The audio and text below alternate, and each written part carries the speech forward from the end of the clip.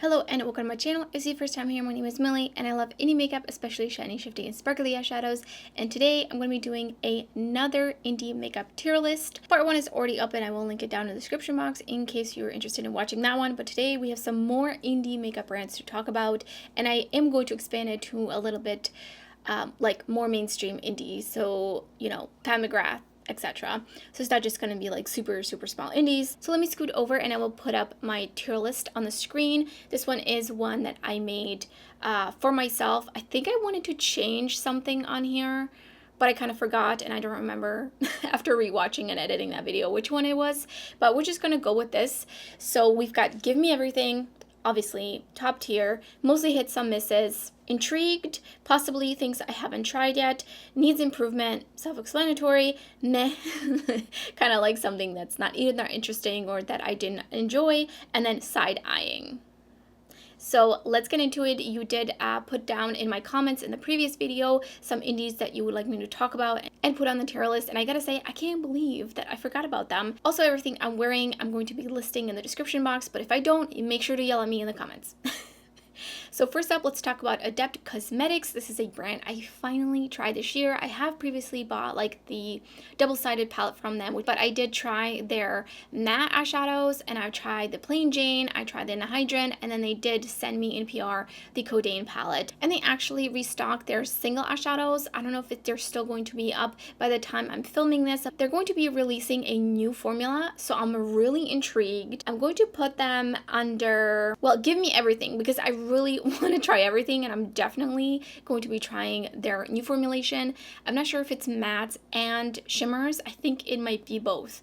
So I'm really excited to see, because I already really love their shimmers. So I'm really curious, like, how much better can you get? You know, of course they could also be worse. Who knows? We'll find out, but they're going under that. Next up, let's talk about Chaos Makeup. I do have some people ask me if I'm going to be buying from them or if I've tried them, and sometimes I want to just buy like 2 multi-chromes just to try out, just to do a video and see how my customer experience is. But there's a bunch of review from smaller creators as well as the Beauty News. They did review them a couple years ago and they had a really bad experience. I've seen people have problems of their orders not even getting shipped out. Now, I don't know how common that is now, but I am definitely wary on trying them out and also recommending them. Also, I feel like their multi-chromes are honestly so overpriced. Like, their multi-chromes, they actually charge between, I think they charge like $20 to $25. I remember at one point, like a regular 26mm pan was $25, and that's so much.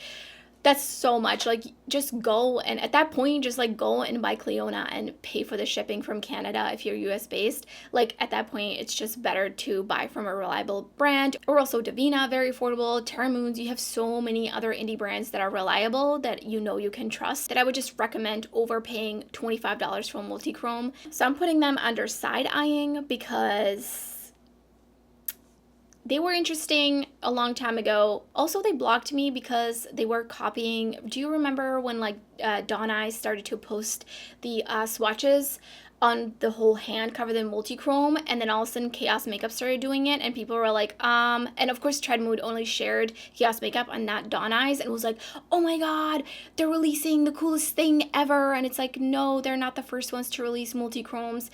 And so I remember commenting and being like, oh, like, Dawn Eyes has done this full hand swatch before, and they blocked me, so definitely going under side-eyeing. Next up is JD Glow. I have some reservations about certain things, but overall I really enjoy them. I really like the multi-chromes I have from them. I also feel like the price is not too high. I know that when they initially released the multi-chromes, however, some people, I remember like watching someone's video on them, and they just swatched really bad, like really bad, and I think they must have gotten complaints or something because they fixed it. So now I'm pretty sure they're fine. The ones I have perform absolutely beautifully, and I do have some of their shimmers as well, but they are one of the brands that do really big pans of eyeshadows, and I just I don't really need that. I just feel like that's so excessive, and I wonder, like, I wish they would just sell smaller pans for half the price instead of $7 for a large pan. Like, yes, it's, you know, you get a lot of bang for your buck because, you know, it's pretty affordable already, but I just, like, I don't need a big pan eyeshadow. If I was a makeup artist maybe, and I was constantly like doing makeup on other people, I'm sure that it would be really nice to have bigger pans, but this way I'm just not going to use them. So I do have some shimmer shadows. They're actually pretty old and I don't really reach for them, and I'm not really like jumping to buy more from them. They've also released liquid multichromes, which I've seen very hit or miss reviews on, and also those shades are the same exact shades that they have as the pressed multichromes. I just don't really need them. And also a few years ago I tried their multichrome liners. This was literally probably at least like 3 years ago, and they went moldy within a year for me, and I probably used them like maybe twice throughout that time, and they were really kind of watery and not very pigmented, so I wasn't a fan. And I also did not like the fact that they molded so fast. Like, they straight up smelled like alcohol and mold. It was not good, so I'm gonna put them under needs improvement. And then next up, let's talk about Give Me Glow. Kind of similarly, they have really large pans. I've tried some palettes from them. I've tried their shimmers and their mattes. I'm not really a fan of their mattes. I find them a little bit hard to work with. I just feel like I'd preferably have smaller pans of formulas that I really enjoy instead of having large pans of formula that is like, eh. Their shimmers are really stunning, however, but also along with all of that, they have been called out because they did not have any swatches on deeper or medium skin tones even, as well as majorly lowballing Black creators that they either reached out to or the creator reached out to them and they were seriously lowballing them, and it just seems like there's a lot of behind the scenes stuff. So I've just been watching them afar. They have since then posted some better swatches. However, I think there's still some stuff happening, and I just know that they have not been the kindest, and in that way I'm just gonna put them under really between meh and side-eyeing, but really mostly side-eyeing. So that's why you won't see any Give Me Glow on my channel. I'm just not interested between all of the different things happening. So next up, on a good note, let's talk about ShinebySD. This is a Canadian-based indie brand. I feel like they really like came into light about last year maybe. I did try their Reserve bundle and I was not a fan of that because it was very kind of flaky dry formula, and I find that formula a little bit harder to work with. I do have some flaky multichromes, but this formula just really, I was not a fan in particular, but I did give them another chance and I tried the Dynasty bundle, which is actually what I have on my eyes, and I absolutely love them. I'm actually thinking of buying the second Dynasty bundle, so we'll see maybe one day when it goes on sale, but I'm not like in a rush right now. But I really love that bundle, and they have some really stunning multichromes as well as some unique multichromes, so I'm gonna put them under mostly hits and some misses. Then we have, let's talk about Luxie. I feel like you already probably know if you've been on my channel my thoughts on Luxie. I'm gonna put them under, I mean, they pretty much fall under needs improvement, meh, and side-eyeing, but I'm really mostly just putting them under needs improvement because honestly, if they just showed their true swatches of the eyeshadows at the $3 price tag, I think a lot of people would still buy them. It's really just the lying part about it that I think is very unfortunate for the brand. That's how they decide to sell their eyeshadows, because there's nothing wrong with selling those eyeshadows at $3 and showing the way that they look, because I think they would still be appealing. I mean, some people still really prefer some more translucent kind of multichromes, so I really feel like there is a market for them, but it's just really unfortunate that they completely lie about the way that they look. I mean, I'm not buying from them, but I do definitely see the appeal. You can get like a bunch of eyeshadows for $21, and it's just,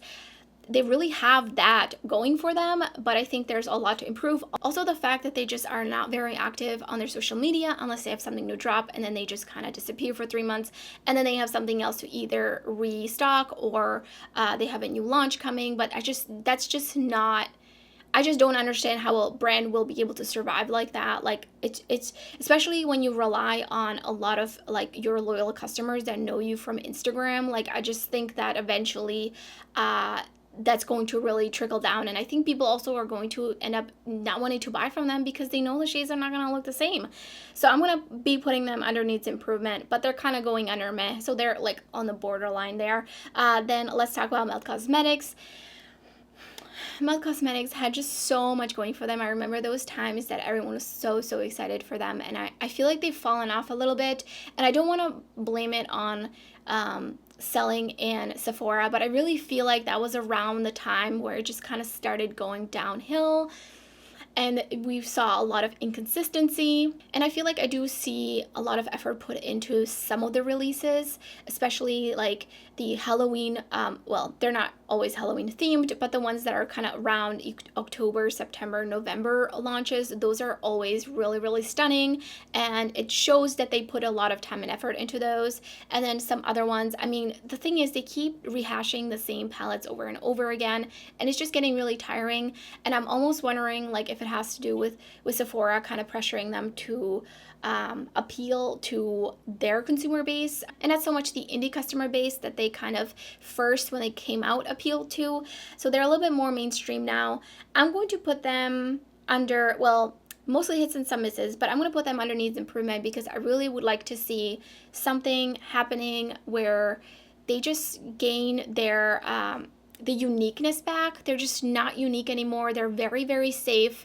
I really want to see like just more color, more innovative color stories, and also products. I really feel like they've just been really lacking just all around. Next up, let's talk about Nomad, and I have tried a couple of their palettes. I've tried the palette, I think it starts with an A. It was very colorful. I remember trying it a couple years ago, and the mattes were really strange for me, for my taste. They were almost like satin-like. They were not like an actual, like a usual powder. They had like a creamy kind of sense to it, and I was not a fan. I did not end up keeping that palette. And then I did try the Studio 54, I think it was, collection, which was okay.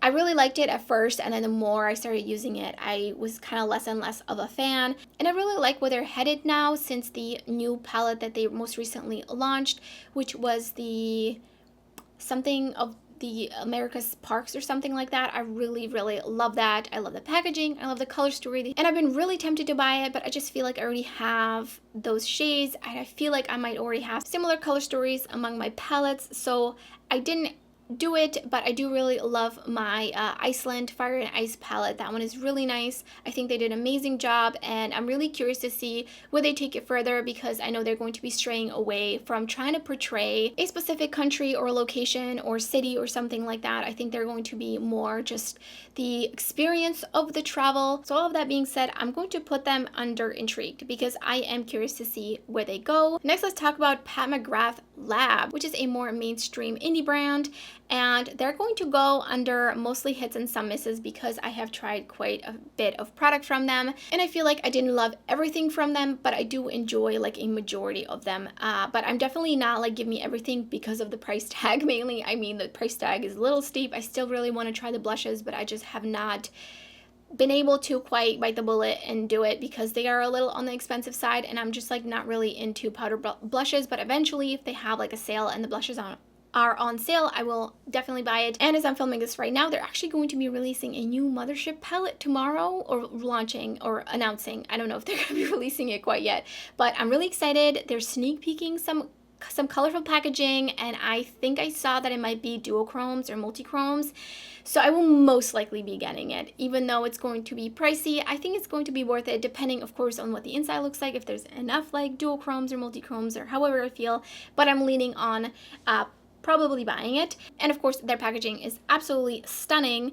So next up, let's talk about Sydney Grace. I can't believe I didn't talk about Sydney Grace in my first video of this, but I love Sydney Grace. I do feel like some of their more recent palettes that I've seen they're coming out for example, the Christmas in July sale, are a little bit on the more neutral lover side. So I have an appreciation for their eyeshadow palettes for sure, but I do feel like they definitely cater to more the consumer that really enjoys more neutral makeup, or neutral with pops of color, kind of easy, you know, everyday makeup. And that's why I appreciate them, because as much as I love my color, I can also appreciate great formulas when it comes to neutrals. And I do also have some colorful eyeshadows from them. I mean, they do a little bit of everything. So I'm going to put them under not necessarily give me everything, and not necessarily mostly hits and misses. I'm not really sure. I'm going to put them under I want to kind of put them in between Give Me Everything and Mostly Hits and Some Misses. So I think I'm just not going to put them on a tier list here. But I would say for the majority, Give Me Everything. Almost everything. So last two brands I want to talk about, Alien Cosmetics. I just can't help it, but I just remember Alien Cosmetics as from like 2 years ago when they would constantly do PR searches, and I swear they were only doing the PR searches because of the whole like Norvina ABH thing, and it just seemed like they never seemed to actually announce anybody new on the PR list. So that always kind of rubbed me the wrong way, and then they just gained a lot of popularity recently because they have new and better eyeshadow palettes and eyeshadow formulas. And so I did buy the All I Ever Wanted palette, but actually by the time I received that one in the mail, I realized that all the shades I already had between my It's Belle palette as well as my Adept palettes. So I really did not want to keep it. I just didn't feel like it was worth it. It was, I believe that palette is around $83 or $86 or something like that, which is definitely steep.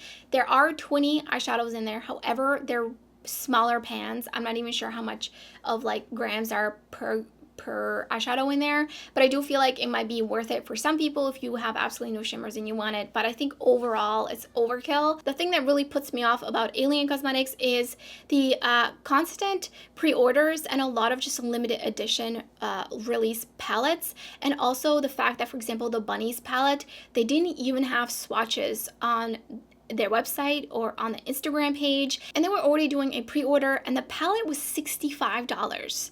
And the fact that they're expecting that people are going to pre-order a $65 eyeshadow palette with no swatches except for the owner's random YouTube live just blows my mind, because I would not buy a $65 freaking palette. And also, like, inside, like, I understand it was, the whole thing was that there was 2 large pans, I think it was 2 or 3 or something like that, larger pans of multi-chrome shades. I just don't think that that's enough of a reason to have a $65 eyeshadow palette. That's just insane to me, especially because literally nobody asked for 2 larger pans of multi-chromes in that specific palette. Like, I just don't think that that justifies it any way, shape, or form. And then also they recently released the Jellies palette, which is a 9-pan palette full of multi-chromes and duochromes, but mostly multi-chromes. Listen, those shades look exactly the same or similar texture look between all their other palettes, including this one, to the It's Belle palette as well as the Adept palettes. And I just don't think that a 9-pan palette like that is worth these $70-something. Like, that's so much money. At this point, it just seems to me like they just keep raising their prices higher and higher to see how much people are willing to pay for their palettes. And then, at least for this launch, that they actually showed the swatches, but you didn't even see what the actual palette looked like. Like, they already were about to put it up on pre-order, and you couldn't even see what the actual palette, you know, in its truest form look like. Not that that's like that important as seeing swatches, but still, I just think it's kind of strange that they keep like just cranking all these things out and then not fully show. Like, it just feels a little like rushed, a little bit just like almost cash grabby to me. So after all of that, I'm going to be putting them under meh and side-eyeing. I think mostly under meh, because I'm not side-eyeing as much because I think they're going to be improving. I have faith that they're going to see like that they need to improve on the way that they do the launches, which will mean making sure you have the palette in hand to take photos of, to post, as well as making sure that you have swatches available on different skin tones for your launch. And then last up, let's talk about Glaminatrix Cosmetics, which is an Australian-based indie brand. Listen, they are really tempting me with some of those really, really beautiful kind of multi-chrome, I think multi-chrome, duochrome singles that they recently released. I just can't. I just know it will take a while, and I know the shipping is going to be a lot, so I'm kind of waiting for them to release a couple more things in order for it to feel like it's worth the shipping. But absolutely love their shimmers. I really enjoyed their mattes in the last palette. There was a time though, I think it was last year, when I ordered it was like an Easter bundle. I didn't get it until like 4 or 6 months later, but I do know it was delayed because of the C word, so you know, not necessarily all their fault. But those ended up looking all kind of the same once I swatched them. Like, they were supposed to be different colors, but all of their shifts were gold, so I ended up actually decluttering those. But I still really loved the palette. I also have the Sandra Rose palette, which I do plan on doing a video because they're actually going to be restocking that one, and I think they might be changing out a shade or 2 in that. So I'm going to be putting them under, actually I'm not really sure, because I don't really want to put them under Mostly Hits and Some Misses because I've only tried a couple of things. I'm going to put them under Intrigued even though I kind of want everything. But they're going to go under intrigue because I feel like I need to try definitely some more of their products. Alright, so those are all the indie brands that you wanted to hear about or that I wanted to talk about for this round of the indie makeup tier list. Let me know in the comments below how you would rank these indie brands. I would love to hear your thoughts. And if you enjoyed the video, don't forget to give it a thumbs up. And if you're new to my channel, I would love it if you subscribe. There's so much indie makeup content uploading my channel and much more to come. You don't want to miss out. So thank you so much for watching, and I hope to see you next time.